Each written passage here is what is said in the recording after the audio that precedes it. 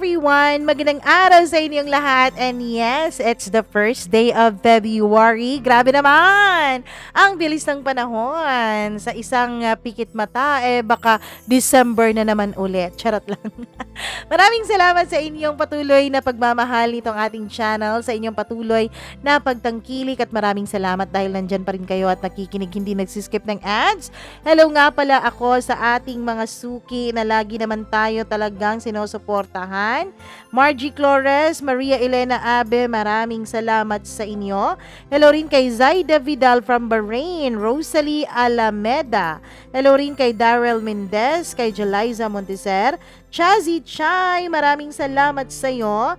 Hi din ako kay Jamila Datumaas. Ayun, sa ating talagang mga suki dyan. Hi kay Angeline Puaso, Annaliza Tigaete. Maraming salamat sa iyong pakikinig. Hi din ako kay Jude Simple na lagi naman talagang nandyan at minamahal tayo. I love you all so much dahil hindi kayo nang iiwan, laging nagmamahal. Sana o laging minamahal. Hi din naman ako kay Mary Chris Dakuma, Gail Easy, maraming salamat. Lorena Bragado, Jean 8864, thank you all the way from Iligan City. Susan Boribor, maraming salamat. From Taguig na araw-araw na minamahal tayo. Naku naman, Susan. Liza Teves, thank you so much sa pagsama mo sa akin. Hi kay Vicky Bayato from Ortigas. Jennifer Lingaza, maraming salamat. Chrislyn Cabael, maraming thank you sa'yo. Kim Joyce Clavel, thank you so much sa pakikinig at pagmamahal. Jo Marie Redoblo, pa-shout out daw dahil nagtatampo na siya. Jo Marie Redoblo, wag kang magtampo ha.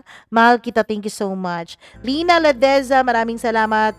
Arlene Reforzado, thank you so much sa pakikinig. At sa lahat sa inyo na lagi pa rin tayong sinusuportahan, maraming salamat. Kung hindi man nabasa ang iyong pangalan na dito sa kwentong ito, baka sa susunod ay mabasa na natin ang pa-shoutout mo. Wag na nating patagalin pa dahil alam kong excited ka na. Eto na ang kwento natin para sa araw na ito, dito lamang sa Dear Mama Mia.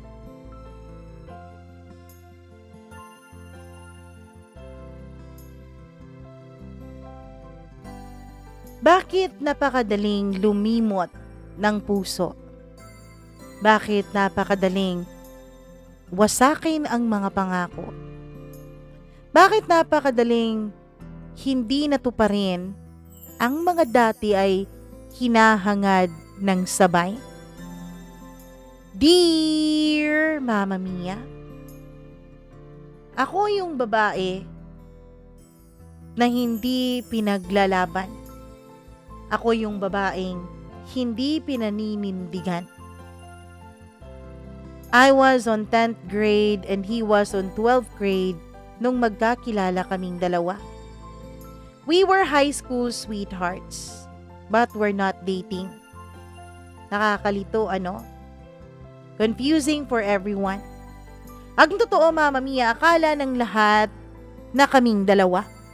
Akala nila may relasyon kami, but we're not. Tawagin niyo na lamang ako sa pangalang Denise, a second-year college student taking Bachelor of Science in Nursing. Siya naman, tawagin natin sa pangalang Steve, a fourth-year college student taking Bachelor of Science in Interior Design or Architecture. Steve and I like each other, or should I say, we have the same feelings. Pareho kami ng nararamdaman and we are on a mutual understanding stage. Alam ko, oo. Sasabihin ng iba na bakit ako naniniwala sa MU na yan. Pero kapag ikaw ang nasa sitwasyon, masaya ka na kahit hindi naman talaga klaro ang label na yon. We both decided to keep it that way until we graduate. 4 years na kaming ganito. And it's okay for me. But I'm lying if I say na gusto ko na ganito na lang kami. I'll be lying if I say na hindi ako naghahangad ng mas pa. I'd be lying kung hindi ako aamin na gusto kong bigyan ng totoong label ang namamagitan sa aming dalawa. I mean, sino ba naman ang ayaw ng label, right? Lalo na kung mahal mo naman talaga ang isang tao. Just like any other girl, I want assurance. I want to be pursued. Han, anong gusto mong lunch? Gusto mo bang kumain ngayon ng lunch? Sabay tayo. It's on me. Saad niya. Nagki-crave ako ng Jollibee. Gusto ko ng chicken. Tara, Jollibee tayo. Sabi ko naman. Alright, Han. Let's go. Yes, Mama Mia. Wala kaming label, pero meron kaming endearment. Steve is so good to me. Sa 4 na taon naming pagsasama, we never really fought. I mean, we had some misunderstandings sometimes, pero hindi na niya ito pinapatagal pa. At siya na agad ang nagpapakumbaba at sumusuyo sa akin. In short, Mama Mia, para naman na talaga kaming magkarelasyon. Parang kami na hindi. Parang ganun. Sa totoo lang, naisip ko noon, dahil may mga kaibigan naman ako na kahit in a relationship ang status ay lagi na lang nasasaktan at umiiyak, naisip kong mas mabuti pa rin siguro itong sitwasyon naming dalawa ni Steve. He is so perfect and we are match made in heaven. He is smart, family-oriented, from filthy rich family, and special mention to his undeniably handsome face. Halos perpekto na talaga siya. So sino ba naman ang aayaw sa kanya, hindi ba? Grabe, no? Ilang buwan na lang makakapagtapos ka na. Tapos ako, 2 taon na lang. Parang kailan lang, high school pa tayo eh. Sabi ko sabay tawa. I started our conversation that time. Kaya nga honey, parang kailan lang nung nag-confess ka ng feelings mo sa akin. Biro naman niya. Uy, ikaw rin naman. You told me nga na you liked me even before I confessed eh. You liked me first, duh. Pagsusungit ko naman sa kanya. Tumawa siya at sinabing, that's right. Love you. Anong sabi mo? Anong love you? Asa na yung I? San galing yung love you? Taas kilay kong tanong. He chucked and cupped my face. I love you, Denise. I love you so much. Actually, I wanted to open this conversation kasi gusto kong ipaalala sa kanya yung usapan namin. Na kapag nakapagtapos na kaming dalawa, we will make it official. Ipagsisigawan na namin sa buong mundo ang totoo naming relasyon dalawa. I am sure naman na he still remembers it. Kaya, I do not have to worry anything. This guy in front of me never disappoints me. The next few days, we got so busy on our schedules. He was busy with his plates and his upcoming exams. Samantalang ako naman, I got busy with my retdems and also my exams. Naging matumal ang pag-uusap naming dalawa. And I totally understand that. We have our own responsibilities sa schools. And we're just being responsible. Hindi naman porket mahal nyo ang isa't isa ay sa inyo na umiikot ang mundo ng bawat isa, hindi ba? May kanya-kanya din naman kayong pangarap. May kanya-kanya din naman kayong nais marating sa buhay. Hanggang sa bihira na lang kaming magkita sa campus at bihirang-bihira na kaming nagkakasabay mag-lunch. He is a graduating student so it's normal for him to be this busy. Tama yan, Denise. I-gaslight mo pa ang sarili mo. Sabi ng utak ko habang patuloy na nagbibigay ng rason ng puso ko kung bakit hindi na kami laging magkasama noon ni Steve. 1 week has passed and we're finally done with our exams. It's Saturday and we finally met. I missed him so damn much. Miss, na miss ko na siya. Ang tagal-tagal na kasi naming hindi nakapag-bonding dalawa eh. Kaya naman normal lang na ma-miss namin ang isa't isa. Wear anything comfortable ha. We'll go anywhere you wanna go. Sabi ni Steve sa akin with a smile. Ako naman ay tuwang-tuwa, Mama Mia. Halos nga dasal ako ng dasal noon na sana araw-araw na lang ganito. Araw-araw na lang kaming magkasama at araw-araw na lang na ginagawa namin ang mga gusto ko. We went to different places and made unforgettable memories. Pumunta kami sa arcade, ocean park, cinemas, and we had a picnic at the park. Sobrang saya ko that day. I feel like I'm the luckiest girl in the world. Finally, Mama Mia, nakapag-spend din kami ng oras sa isa't isa.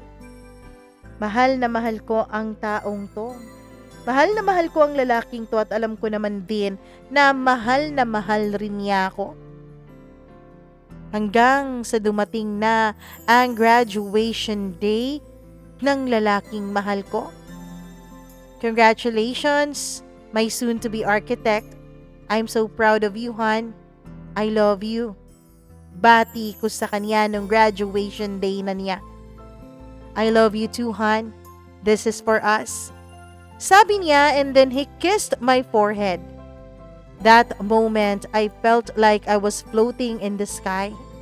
Para akong lumilipad, Mama Mia. Para akong idinuduyan sa alapaap na para bang walang pwedeng sumira ng araw ko noon. My man is finally done with his studies. At kapag nakapasa na siya ng board exam, magiging fully pledged architect na siya. So sino ba naman ang hindi mapaproud, hindi ba? Hindi naman marami ang arkitekto sa Pilipinas. Kaya proud na proud talaga ako. Finally, I'm on my 3rd year college. 1 taon na lang at makakapagtapos na rin ako. At unti-unti na ring matutupad ang mga pangarap naming dalawa ni Steve. Yes, Mama Mia. That time, hindi na po ako nangangarap para sa sarili ko. Nangangarap ako para sa magiging future naming dalawa. Halos gabi-gabi na akong nag-e-imagine at nananaginip na bumubuo na kami ni Steve ng sarili naming pamilya. Ganun ako ka-focus sa pagmamahalan naming dalawa. While Steve, on the other hand, he got hired on a famous company, as he should, dahil he graduated with flying colors and he has connections. Galing po siya sa mayamang pamilya. Nasabi ko na ba, Mama Mia? Kaya easy peasy lang sa kanya ang maghanap ng malalaking kumpanya na agad din naman siyang tatanggapin with arms wide open. Unexpectedly, Mama Mia, ay naging sobra niyang busy sa kanyang trabaho. Hindi ko naman nakalain na magiging ganito pala ka-busy ang isang tao kapag meron na siyang career. Yes, alam ko na magiging abala talaga, pero hindi naman yung ganito, kaabalang-abala talaga. Like minsan, nakakalimutan na niyang mag-update sa akin. And God knows that I tried my best to be understanding. I tried my best to understand his situation. Iniisip ko na lang na nagpapalakas pa si Steve. Nagpapabango pa siya sa kanyang mga boss kaya kailangang 101% ang focus niya sa trabaho. Kaya ikaw dyan, Denise, chill ka lang, okay? Antayin mo lang siya. Mag-a-update din yan. Busy lang talaga eh. Kaya sana isipin mo, magkaiba naman kayo ng estado ngayon. Kaya hindi mo lubos na maiintindihan kung gaano siya kaabala. As usual, lagi ko na lang ding gina-gaslight ang sarili ko. Maybe this is just a part of adulting stage. Once or twice a week na lang din kaming nagkikita dalawa. And honestly, Kahit anong panggagaslight ko sa sarili ko, nababothered pa rin ako sa sitwasyon namin. Hindi na ako makapag-focus noon sa pag-aaral ko. I really, really, really missed him. This feeling is new to me kasi palagi naman kaming magkasama sa lahat ng oras nung pareho pa kaming nag-aaral dalawa. Itinuon ko na lang ang atensyon ko sa aking pag-aaral. Tumutok ako sa studies ko, trying to focus my attention on the goals. Inisip ko na lang na maybe he's working really hard for our future. Is he? I don't know. And I don't want to be a toxic girlfriend. Never mind. Hindi naman ako girlfriend eh. I don't wanna be a toxic partner. Mas tama bang sabihin yon? After a few weeks, mas lumala pa ang sitwasyon naming dalawa. Mas lalong naging bihira na magkita kami. Pati weekends ay wala na rin siyang oras para sa akin. Even our online communication is severely affected. Ang tipid-tipid na niyang sumagot sa mga chats ko sa kanya. As a girl, Mama Mia, natatakot ako dahil unti-unti nang nagkakaroon ng hinala sa isip ko. At natatakot ako sa mga hinala ko na yon. Kadalasan kasi sa mga hinala ng babae ay nagkakatotoo, hindi ba? Lalo na ako, Mama Mia. Kadalasan sa mga hinala ko, kahit pa nga mga quiz yan sa school, o kahit pa nga kung ano-anong requirements, o kahit tungkol sa pamilya ko, kapag naghinala ako, madalas yun. Totoo talaga. Pero this time, I was praying really, really hard. And I was really hoping na sana mali ako. Sana mali ang pumapasok na mga hinala sa utak ko. No, Denise, it cannot be. Never. Hindi mangyayari yan, okay? So do not think stupid things. Sabi ko sa sarili ko, habang unti-unti nang nilalamon ng pag-overthink ang utak ko. I tried to calm myself. Hinakalma ko ang sarili ko but I can't. Wala ako sa sariling tumayo at aakmang lalabas na papalayo sa classroom namin, pero agad din akong natigilan nung marinig kong isigaw ni Ma'am Aubrey ang pangalan ko. Si Ma'am Aubrey ang clinical instructor namin. Denise, where do you think you're going? I'm sorry, ma'am. I have to go home. I'm not feeling well. Sagot ko. Hindi ko na siya inantay na makasagot pa sa akin. Tuloy-tuloy na akong lumabas sa classroom. My mind can't focus on the lesson anyway. So wala ring silbi ang pananatili ko sa loob ng classroom dahil hindi na rin naman nagpo-focus ang utak ko. Hindi ko alam kung saan ako dinala ng aking mga paa. Hanggang sa natagpuan ko na lamang ang aking sarili na nasa harap na ako ng coffee shop sa tabi ng workplace ni Steve. I take a look on myself on the mirror wall. I look so miserable. My eyes are sunken black. Para akong panda sa itsura ng mga mata ko, Mama Mia. My lips are so dry and my hair is so messy. What happened to me? Tanong ko nun sa sarili ko habang pinagmamasdan ng sarili ko sa salamin. Pumasok na muna ako sa coffee shop at nagtungo sa CR para ayusin ng konti ang aking sarili. I can't face Steve and his co-workers looking like this. Ipapahiya ko lang siya. At alam ko na isa sa mga hindi gusto ni Steve ay kapag napapahiya siya sa harap ng mga tao. Pagpasok ko sa CR, I heard some noises at one of the cubicles. I am hearing some moans. Oo, Mama Mia. Nakakarinig ako na parang may umuungol sa isa sa mga cubicles sa CR. What the F? Dito talaga sa lugar na to? Gosh, these people are worse than animals. I was about to mind my own business at hindi na sana sila bigyan pa ng kahit na anong pansin. Pero yung mga ungol, Mama Mia, ay palakas ng palakas. Yung mga ungol ay parang nawawalan na ng hiya at talagang inilalabas na ang init ng kanilang mga katawan. Kaya napamura ako sa sarili ko. You guys get a room. Nakakahiya kayo. Nakakadiri kayo.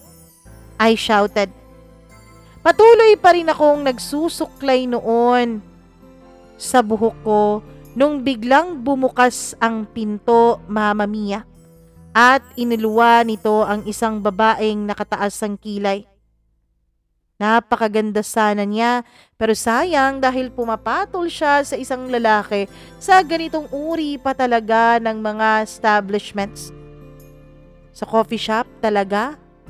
Dun makipag-anuhan? I'm sure yung lalaking yun random lang din yang nakilala dito.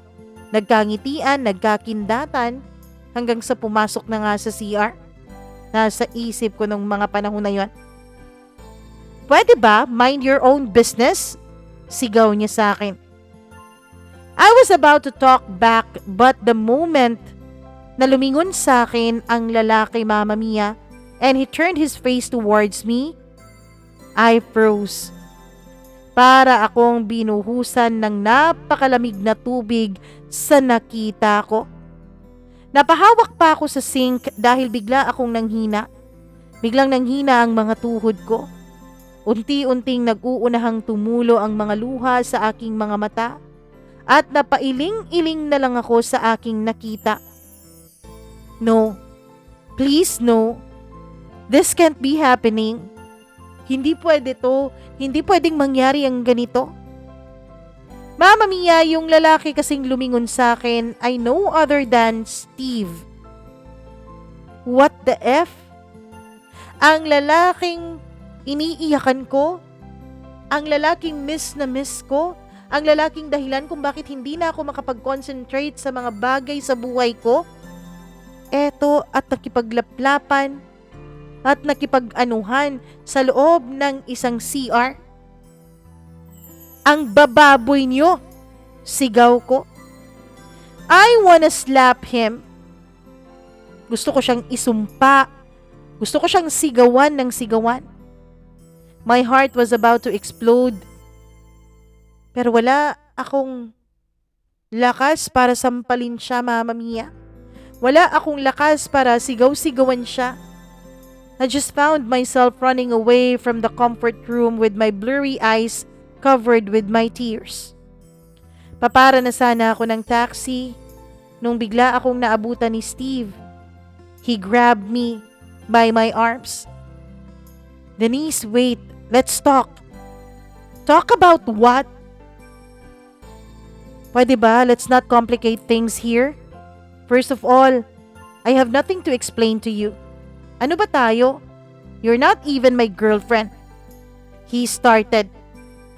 Mama Mia, kung nasaktan ako sa nasaksihan ko kanina sa CR, ay mas nasaktan ako sa mga sinabi niya. Harap-harapan niyang ipinamumukha sa akin na walang kaming dalawa. I cried harder. Wow! Sabi ko habang umiiyak na tumatawa. Ang galing mo! I laughed in disbelief. You know what? This is what I feared the most, Steve. Ito yung araw na ayokong mangyari. Yung kampante kang lokohin ako kasi wala namang tayo. Na baka sabihin mong wala akong karapatang magselos kasi wala namang tayo. Pero hindi ka naman tanga, 'di ba? We both know that we liked each other. We made promises, right? Then I'm sorry for breaking it. I was speechless, Mama Mia. Wow. Ganun na lang yun? Ano ba ako para sa'yo? Minahal mo ba talaga ako, ha? Did you even mean the I love yous you said to me? I cried. Listen, Denise. I loved you, okay? I really do. But I guess things has changed. I mean, I'm not the same Steve who's your childhood sweetheart anymore. To be honest, napaka-boring mo. Nung mga oras na magkasama tayo, I realized that I chose to be chained on you instead of doing a lot of things at our age. I should have explored things.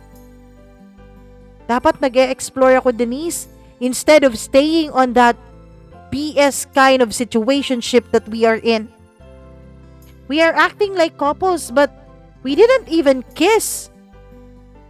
Kahit minsan walang nangyari sa ating dalawa. And that's absurd. I'm out of words, Mama Mia. Tinitigan ko siya at hindi ako makapaniwala na eto yung the same Steve that I met 5 years ago. I nodded and tried to wipe my tears. Okay. I laughed bitterly and I faced him. You know what, Steve? I might become a successful nurse someday. But the pain you've caused me is untreatable. What a shame. A nurse that can cure other people's illnesses but can't even heal her own heart. Sabi ko nun sa sarili ko. Agad akong lumayo sa lugar na yon.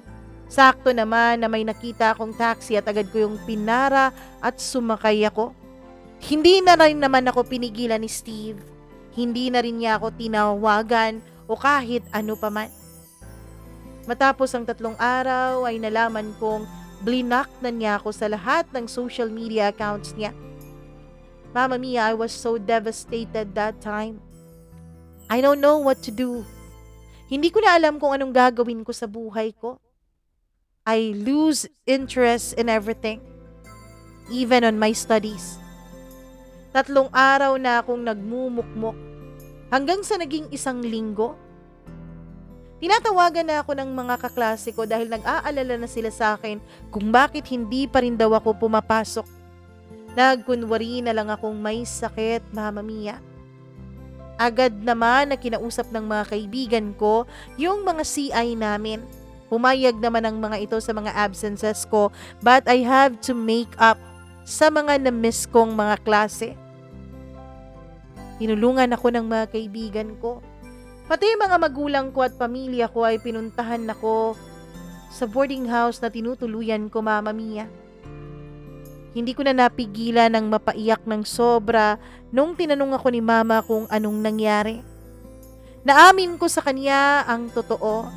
Hindi ako pwedeng magsinungaling sa mama ko. Mama ko yun eh. Anak niya ako kaya kilalang kilala niya bawat kibot ng sarili ko. Mom, he broke my heart. Sabi ko. Sino? May boyfriend ka na pala? Hindi mo man lang sinasabi sa amin? Ikwinento ko sa mama ko ang lahat. Kung nagalit at nasaktan ako ay nakita kong mas nagalit at mas nasaktan pa ang mama ko sa nangyari sa akin. Anak, huwag kang papayag. Huwag kang papayag na ikaw tong luhaan, ikaw tong talunan. You have to pick up yourself. Yes, he broke your heart. Oo, kasalanan niya yon. Pero kung hindi ka tatayo, kung hindi mo susubukan na ayusin niyang sarili mo, ay hindi na niya magiging kasalanan yon. Magiging kasalanan mo na yon sa sarili mo. Kaya anak, get up. Don't lose hope. Kaya mo yan, nandito kami para tulungan ka. Mama Mia, napakahirap. Steve was my first real broken heart. Napakahirap na tumayo. Pero hindi ako iniwanan ng mama ko, ng mga magulang ko, ng mga kaibigan ko. Hanggang sa inisip kong hindi nila deserve na mahirapan din katulad ng paghihirap ko. Mama Mia, hanggang sa hindi ko na po nakayanan ng sakit. OA na po kung OA but I tried to end my life. Yes, buti na lang at nahuli ako ng mama ko. Agad akong naisugod sa ospital at then the doctor treated me. Nung magising ako ay wala ang mama ko sa tabi ko, wala rin ang pamilya ko. Ang nurse ang nandoon, Mama Mia. Tinignan niya ako at nginitian niya ako. Anong nangyari, ma'am? Bakit mo ginawa yun sa sarili mo? I'm sorry for being atribida, ha? Pero gusto ko lang talagang malaman kung bakit ang isang katulad mo na halos perpekto ang buhay ay tatapusin lang ito. Siguro may mabigat kang rason, ano? Hindi ako sumagot. Wala ako sa mood na makipag-usap sa isang estrangherang kagaya niya. Habang nag-aayos siya ng mga naiturok sa akin na IV fluids, Mama Mia, ay bigla siya ulit nagsalita. Whatever it is, ma'am, sana maisip mo ang pamilya mo. Sana maisip mo ang mga taong nagmamahal at laging nandyan para sa'yo. Pagkatapos noon ay biglang pumasok sa silid ang mama ko. Nung makita niyang gising ako ay agad siyang tumakbo at nihakap ako. Anak, huwag mo nang uulitin yun, okay? Please promise me. Promise me that you won't do that to yourself again. Doon ko napagtanto na ang laki-laki ng kasalanan ko sa mama ko. Ang laki-laki ng kasalanan ko sa Diyos. Umiiyak ako noon, humahagulgol to be exact, paulit-ulit na naghihingi ng tawad sa kanila. I'm sorry, Mama. I won't do it again. It's okay, anak. Kung ano man yung pinagdadaanan mo, lagi mong iisipin na nandito kami lagi na pamilya mo, ha? Right there, I decided.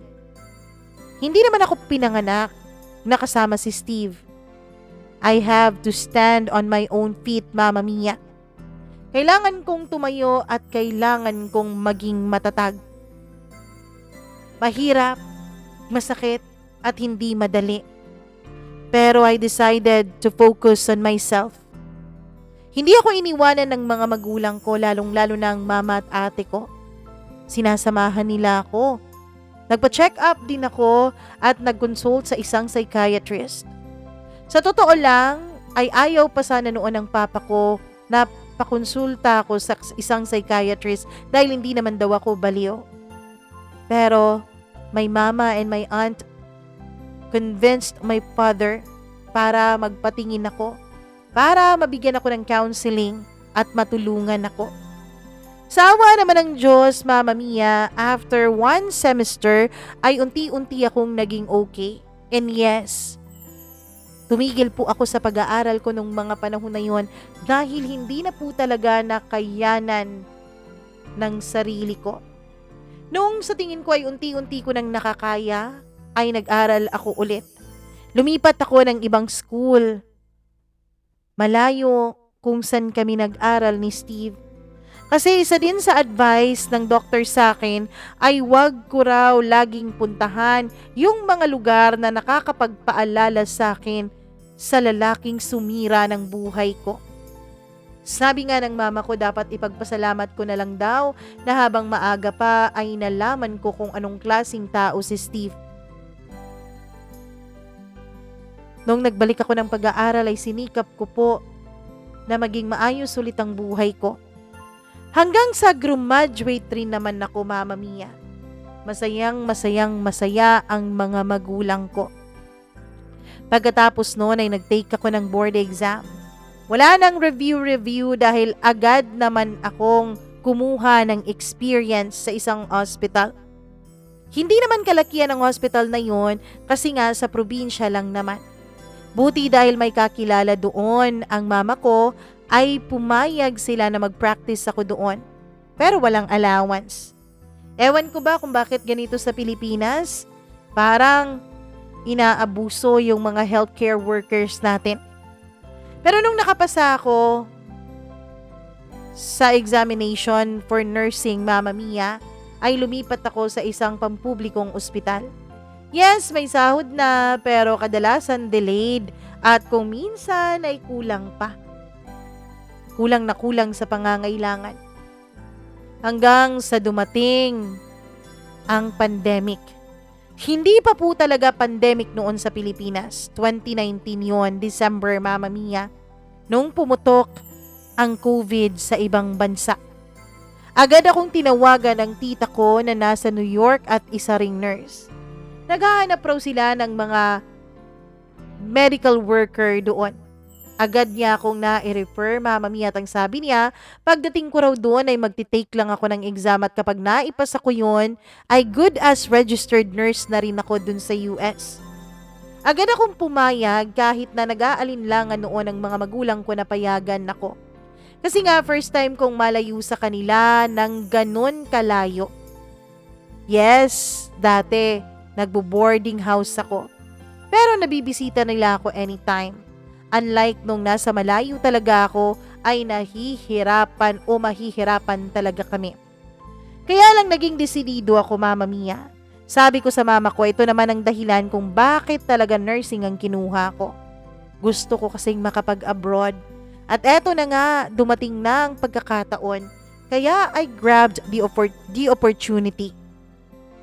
Buti na lang at naasikaso agad ng tita ko, pati na rin namin ng mama ko ang mga papeles na kakailanganin ko, Mama Mia. February 2020 nung nakalipad ako papuntang US. Agad din naman akong nag-take doon sa tulong ng tita ko at sa wakas ay naipasa ko naman yon. Nakakuha agad ako ng trabaho sa New York, Mama Mia. Isa sa mga pinakamalaking ospital doon ang pinagtatrabahuan ko. Naging maganda ang unang mga araw ko doon hanggang sa tuluyan nang pumutok ang COVID. Doon ay takot na takot ang mga magulang ko. Pati rin naman ako, Mama Mia, ay natakot din para sa buhay ko. Hindi naman madali ang pinagdaanan namin doon dahil sa sobrang dami ng mga COVID cases. Marami kasi sa mga puti ang hindi naniniwala sa COVID dati, Mama Mia. Iniisip nila na pakana lamang iyon ng kung anong gobyerno para kontrolin sila. Kaya, ang naging resulta, talamak ang COVID cases doon. Marami din naman silang talagang mga matatanda, kaya marami rin ang namatay at nawala ng buhay. Takot na takot noon ang mga magulang ko at pinipilit nila na umuwi ako. Mama Mia, ako din naman ay natakot para sa buhay ko at naisip ko namang umuwi. Pero nag-lock na po ang mga borders at hindi na ako makakabalik pa ng Pilipinas nung mga panahon na yon. Kaya nagdesisyon ako na tumulong. Buti na lamang talaga dahil kahit nagka-COVID ako doon ay mild naman ang symptoms ko at naging maayos rin naman. Year 2022, nung lumuwag na ang travel mula sa ibang bansa, kaya nakabalik na rin ako ng Pilipinas. Bakasyon lang ang ginawa ko, Mama Mia. Sakto naman habang nakabakasyon ako ay may na-receive akong email na magkakaroon ng gathering ang school noong high school kami. Parang magkakaroon ng alumni. Kung saan kasi kami nag-aral nung high school ay hindi ganun kahigpit pagdating sa COVID. 2021 pa nung medyo maluwag na. At nung 2022 ay parang bumalik na nga sa normal ang buhay ng mga tao. At dahil wala rin naman akong pinagkakaabalahan habang nakabakasyon ako, Mama Mia, ay naisip kong sige na nga, puntahan ko na ang homecoming na ito. Pero dun ako nagkamali kung bakit ko ginawa yon. Dahil doon, Mama Mia, ay nagkita kami ulit ng lalaking matagal ko nang ibinaon sa limot. Nagkita kami ulit ng lalaking matagal ko nang hindi gustong makita pa ulit. Hi, Denise? Bati niya sa akin. Hello? Buhay ka pa pala? Joke, sabi ko. Denise, I'm really sorry about what happened to us. Ano ka ba naman, Steve? That was a long time ago. I've forgotten about it. I've forgiven you. Anyways, there's nothing to forgive. Just like you said. Wala namang tayo. Hindi naman naging tayo, right? Denise, I heard about what happened. Heard about what? Tanong ko. Ang totoo ay hindi ko kasi alam kung ano talaga ang ibig niyang sabihin, kung ano ang narinig niya. I heard that you hurt yourself because of me. Tumawa ako ng malakas na siyang nakakuha ng atensyon ng iba naming mga schoolmates at classmates, Mama Mia. Oh, Steve, don't flatter yourself. That was a long time ago. And I did that to myself, not because of you, but because of me mainly, actually. Because I was so stupid of falling for you, of falling for a relationship that has no assurance. Sabi ko sa kanya, talaga bang okay ka na? Of course, I'm okay. Salamat, Denisa. I hope we could catch up soon. Okay. Can I have your number? Tanong niya ulit dahil hindi pa siya lumalayo sa harapan ko. About that, wag na siguro, Steve.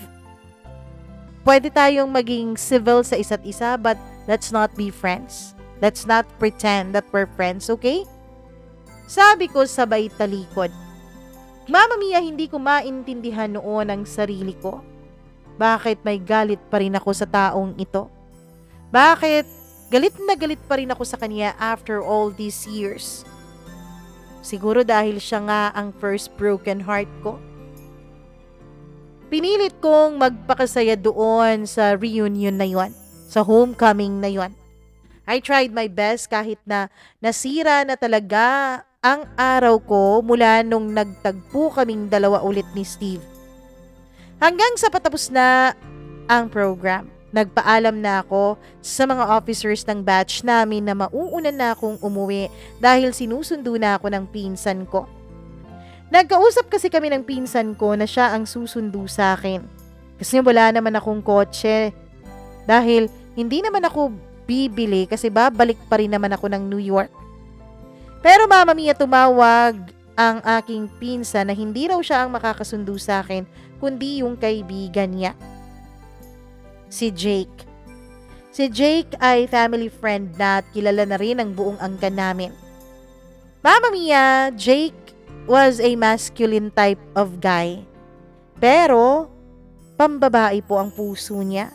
Malambot po siya, binabae po siya, kaya lang walang ibang nakakaalam noon kundi ang pamilya namin.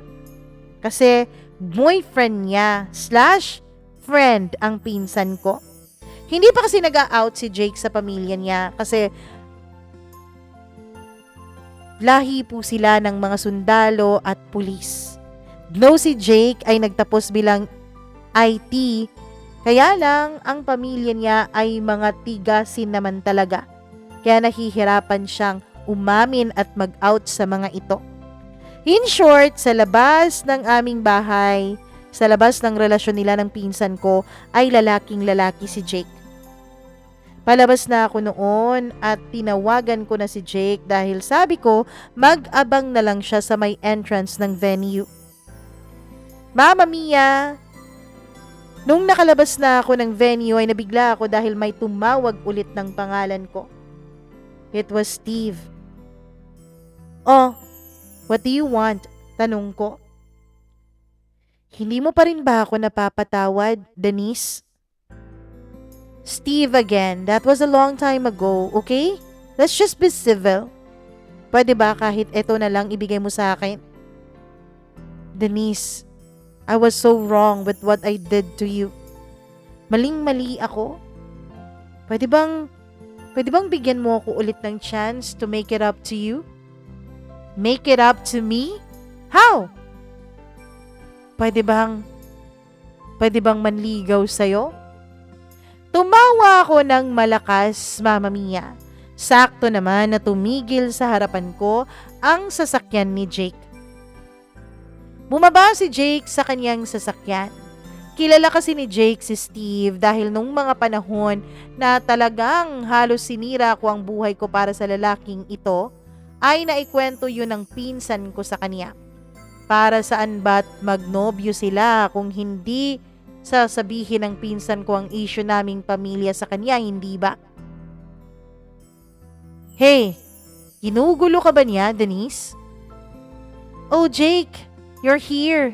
Thank God, dahil uwing-uwi na ako. Sabi ko sabay sa lubong kay Jake at inangkla ko pa talaga ang braso ko sa braso niya na para kaming may relasyon dalawa. Pare, what are you doing with my girlfriend? Tanong ni Jake. Ah, sorry pare, girlfriend mo pala siya?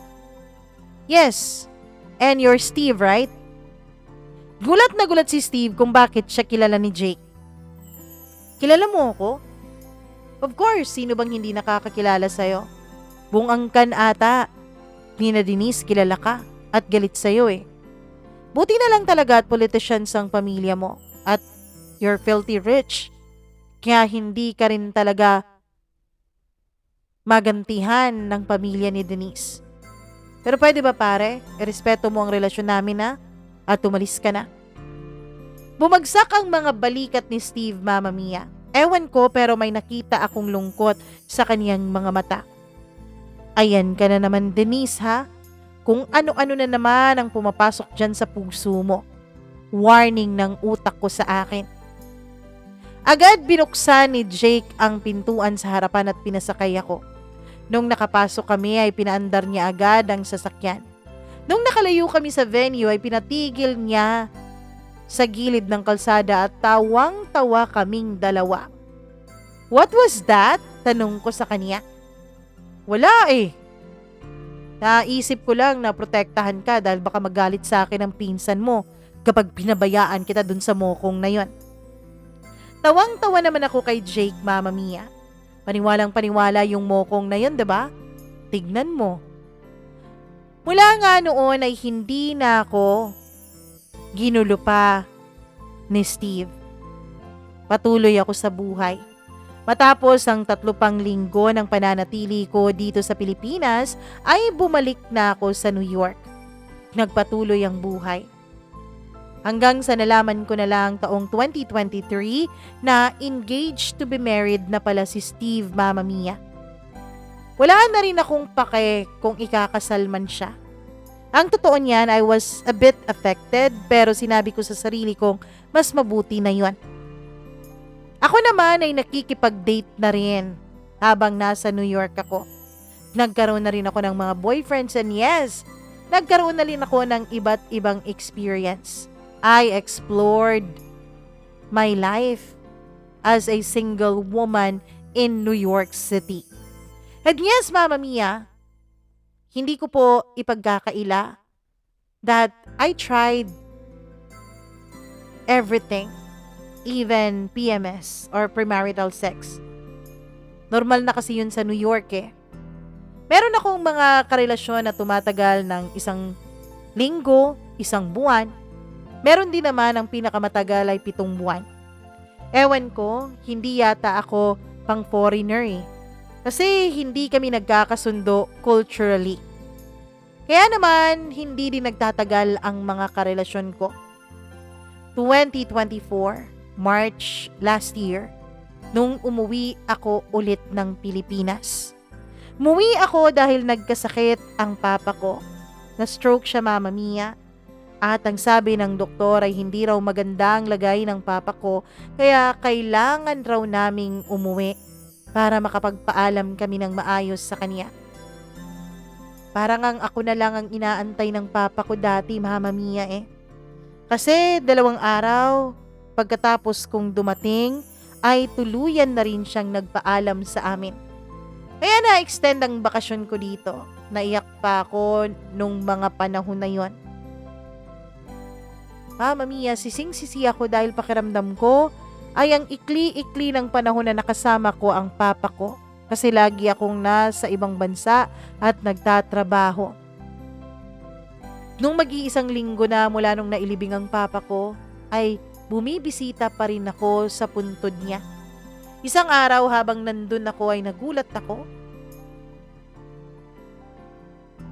Mama Mia, may dumating sa puntod ng papa ko.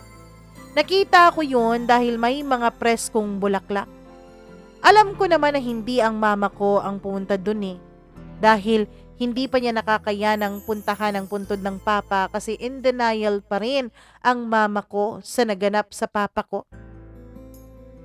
Nagtatanong ako kung sino kaya ang may dala ng mga fresh flowers na yon dahil wala naman ito kahapon. Pagkatapos ng halos 1 oras kong pananatili doon, nung tumayo na ako ay nagulat ako dahil nasa likuran ko na pala si Steve. Steve? Anong ginagawa mo dito? Gulat na gulat kong tanong. I heard about what happened. Sorry kahapon ko lang nalaman, kaya kanina lang ako nakadalaw. Dumalaw ka kanina?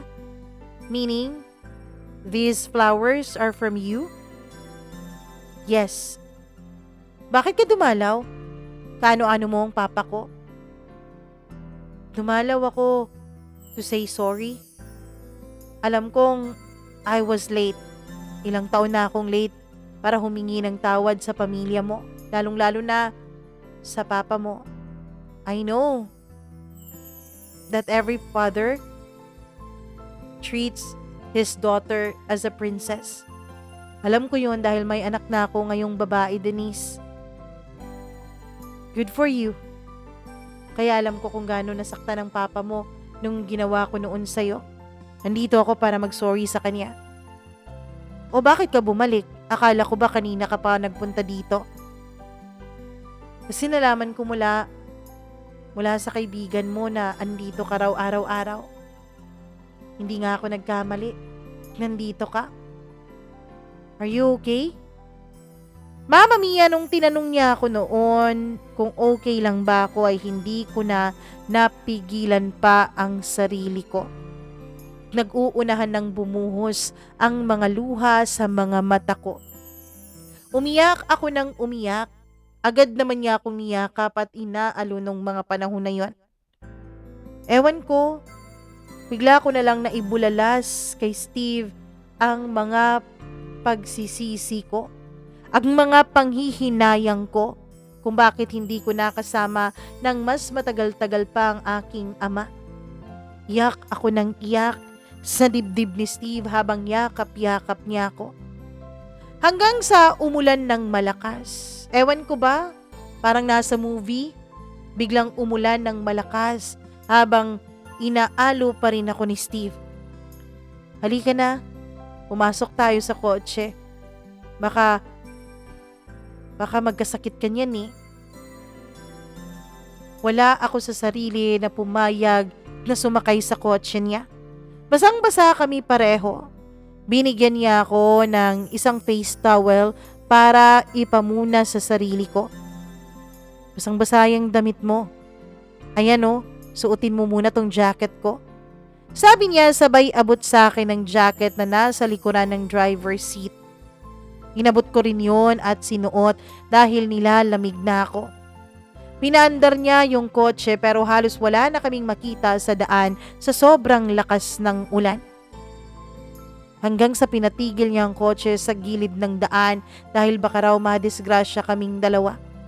Ako naman nung mga panahon na yun, Mama Mia, ay tulala pa rin at wala pa rin kibo.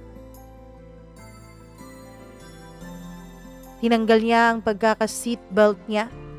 Pagkatapos ay lumapit siya sa akin at niyakap ako. Tinanggal din niya ang pagkaka-seatbelt ko. That's okay. It's okay, umiyak ka lang. Paulit-ulit niyang sabi kaya naiyak ulit ako. Habang umiiyak ako, Mama Mia, ay hindi ko na namamalayan na hinahaplos-haplos na pala ni Steve ang likuran ko. Pati na ang pisngi ko. At nung magbitaw kami sa aming pagkakayakap, ay napakalapit ng mukha namin sa isa't isa. Ewan ko kung anong nangyari. Parang may nagsindi ng kung anong apoy sa pagitan namin noon. Hanggang sa tinawid niya ang pagitan ng aming mga mukha. Hanggang sa nagtagpo ang aming mga labi. For the first time, sa 5 taon na parang meron kaming relasyon noon, ay never kaming naghalikan sa labi. First time pa itong naganap ngayon. And I was so vulnerable that time. Napakahina ko, napakalungkot ko, nasasaktan ako. And Steve was here. He's offering comfort. He's offering his self to me. At hindi ako humindi, Mama Mia. Yakap niya ako. Hinalikan ng malalim. Hanggang sa tinanggal na rin niya ang sinuot ko kaninang jacket. Tinanggal na rin niya ang pagkakabutones ng blouse ko. Tumambad na sa kanya ang dalawa kong bulkang mayon. He caressed them. He caressed them with all care, with all the desire and the hotness that he felt, Mama Mia. Hanggang sa tumigil siya. Hinahabol ko pa noon ang labi niya, ang kamay niya nung tinigilan niya ako. Put on your seatbelt, sabi niya. Habang siya naman ay nag-seatbelt at pinaandar ang sasakyan. Ako naman ay parang tuta na sumusunod lang noon sa kaniyang mga utos. Agad kong inaayos ang sarili ko pati ang seatbelt na suot ko. Ilang minuto pa ay biglang tumigil ang sasakyan. Get down, sabi niya. Sumunod ulit ako sa kaniyang mga sinabi. Bumaba ako ng sasakyan. Nagulat na lamang ako nung nasa isang reception area na kami. Bumukuha na ng kwarto si Steve. Kahit nagulat ako ay wala namang pagtutol sa sarili ko nung mga panahon na yon. Hanggang sa hinila niya ang kamay ko nung ibinigay na sa kanya nung receptionist ang susi. Sunod-sunuran lamang ako sa kanya nung mga panahon na yon. Hanggang sa nakaabot na kami sa kwartong ibinigay sa amin. Nung makapasok kami, Mama Mia, ay agad niya akong siniil ng halik.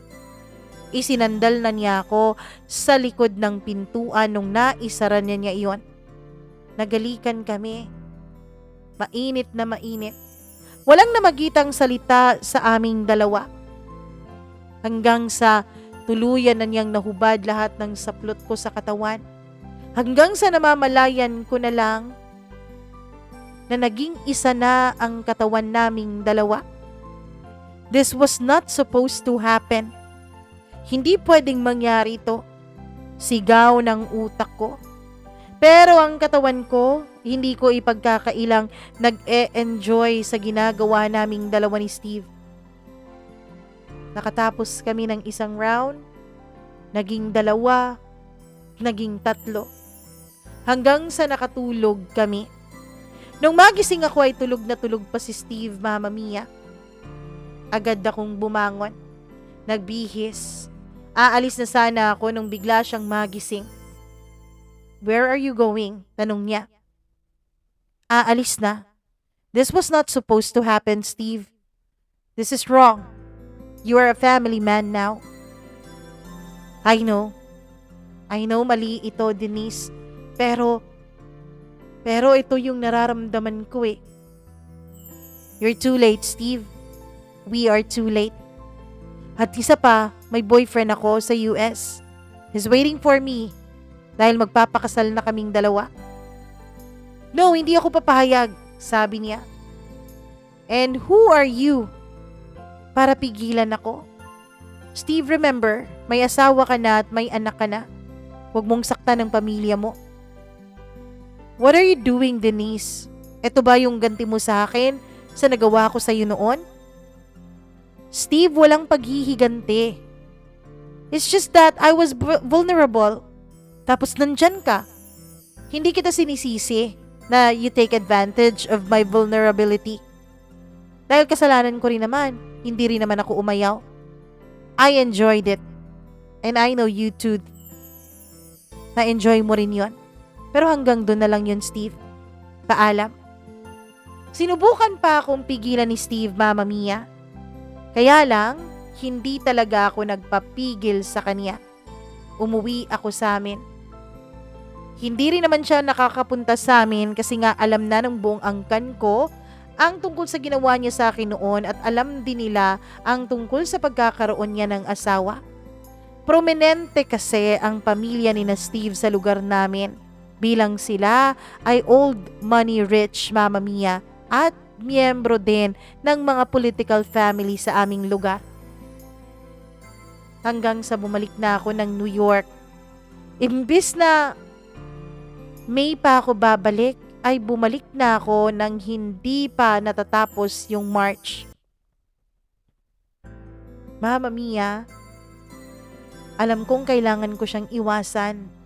Alam kong malaking kasalanan ang nagawa naming dalawa. Kasalanan sa Diyos at kasalanan sa asawa niya. Kaya umalis ako. Pero after 2 months, I found out that I was pregnant. Napaka-cliche, no? Parang mga pangyayari sa movie. Kaya hanggang ngayon, Mama Mia, dito pa rin ako sa US. Yes, nakapanganak na ako. And yes, sumunod dito ang mama ko para siyang mag-alaga ng anak ko.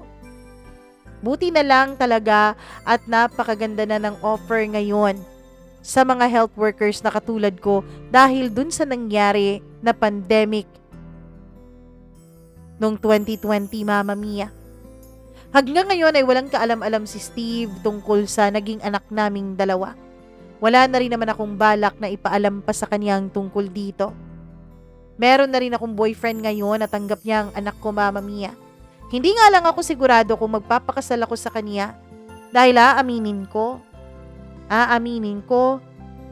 na kahit sinaktan ako noon ni Steve, ay may lugar pa rin siya dito sa puso ko.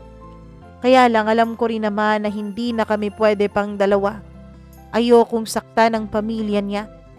Ayokong makagulo ng pamilya. Ayokong matawag na homewrecker. Kaya sapat na sa akin na nagkaroon kami ng alaala ni Steve. Maraming salamat, Mama Mia, sa pagbibigay mo ng oras para nitong aking kwento. Nawa po ay may napulot ang inyong mga tagapakinig mula sa naging kwento ng buhay ko. Yes, hindi perpekto ang kwento ng buhay ko, and yes, alam kong hindi pa natatapos dito. Pero rest assured, Mama Mia, rest assured na hindi muna ako babalik ng Pilipinas hanggat hindi pa maayos ang puso at pag-iisip ko. Ayokong maguluhan dahil kapag naguluhan ako, siguradong makakagulo din ako ng pamilya. Maraming salamat po ulit at lubos na nagmamahal at gumagalang, Denise.